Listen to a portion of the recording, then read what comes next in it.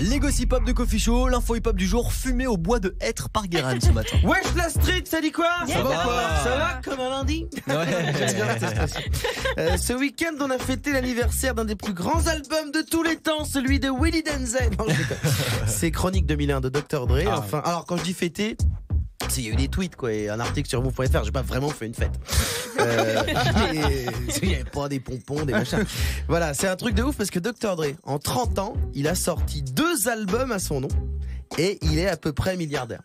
En gros, il a sorti l'équivalent d'une semaine de Wake Up Mix. Ça fait 2 heures de musique. Et c'est meilleur taux horaire du monde. Ah, la vache. C'est clairement le docteur le plus riche de la planète. Et il a même pas fait médecine, le mec. Bah sinon, il y a un autre mec riche qui était à l'honneur ce week-end, c'est Kanye West. Ouh là là là là là, mais arrêtez-moi cette musique impure, la technique là. On parle de Kanye, il est curé maintenant.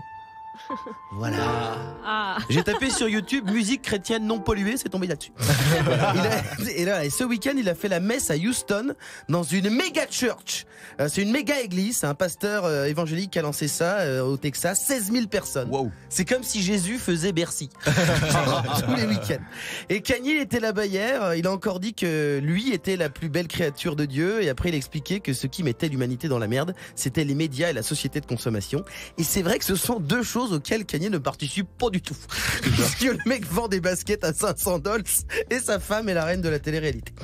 En sachant aussi que pour venir le voir dire ça, il fallait payer $250 le ticket. Wow, le mec se touche de ouf. Tu payes une blinde pour te faire traiter de Yankee par Kanye. Quelle vie. Quitte à voir des Yankees, fallait aller voir Vald à Bercy ce week-end. Et puis on va terminer en France. C'est lui, c'est le prince des Yankees, il le dit. On va terminer en France avec un autre mec qui a dénoncé le capitalisme. C'est Nekfeu. Et ouais, Nek le Fennec était à la manif anniversaire des Gilets jaunes ce week-end. Il a partagé ça en story Insta en disant bon anniversaire, grosse force. Ce qui est marrant, c'est de voir les médias hyper étonnés de voir Nekfeu là-bas. Nekfeu était avec les Gilets jaunes. En vrai, c'est évidemment qu'il soutient les Gilets jaunes. C'est le contraire. C'est genre s'il était avec des suprémacistes blancs, on dirait quoi? Qu'est-ce que c'est que ce bordel? Alors évidemment, valeur actuelle, le torche-cul fan d'Éric Zemmour a dit Nekfeu, le rappeur était parmi les casseurs. Non, faux. Le mec est pour aller aux Galeries Lafayette pour péter une veste. Et certes, il rêve sûrement d'être Renoir comme tous les rappeurs blancs, mais il rêve pas d'être un black bloc. Coffee Show jusqu'à 9h.